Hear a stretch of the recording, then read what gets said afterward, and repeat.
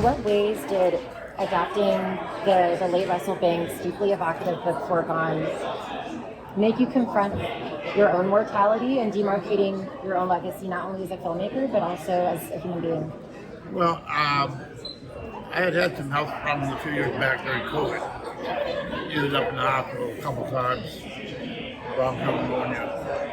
And so you start thinking, about that. And then I was quite unsettled when Russell told me he was sick. And so he had, I knew he had researched and written a book about that. So I read that. Said, to myself that if you're going to do a film about dying, you better hurry up.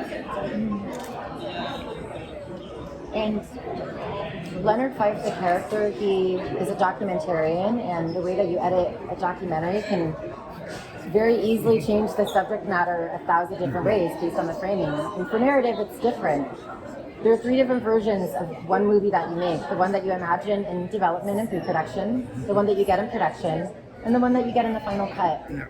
You have a long-standing relationship with editor Benjamin Rodriguez Jr. So walk me through the conversations that you have to effectively achieve the tone, story, and pacing that you had imagined in development and pre-production. And the only way I get to make these films is I shoot extremely close to the ball.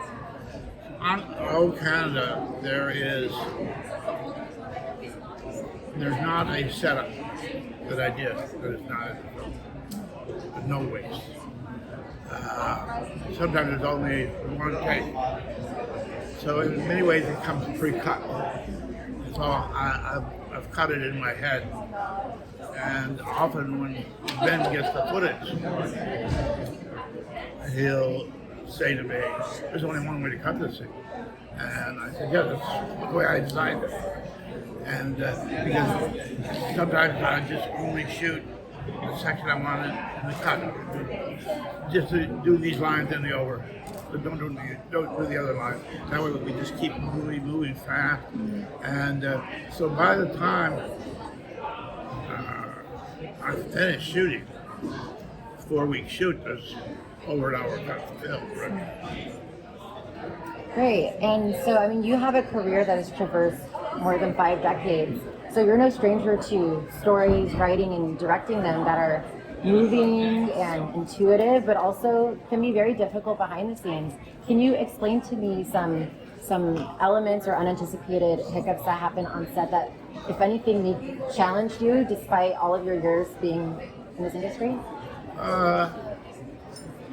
There's only one challenge that's unsurmountable, and that's miscasting.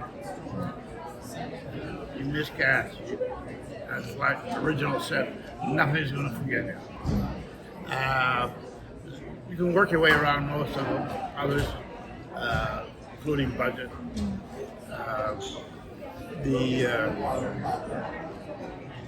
But since I worked at these tight budgets,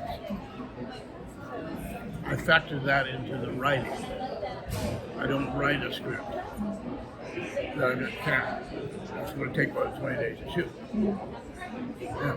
So it restricts my material, but it also keeps me working. And very, very quickly, can you tell me what was an unanswered question that you had in the development for an unanswered question for Russell Banks that could have altered the development or edit of his film? Well, he died a week after I finished the script, so we were in constant communication while I was writing the script. So all the questions I had about the book, he actually emailed me back and forth. So there was, I would love to have him see the film. Chase, his widow, said he would have loved it, but there's nothing after the fact that I needed more.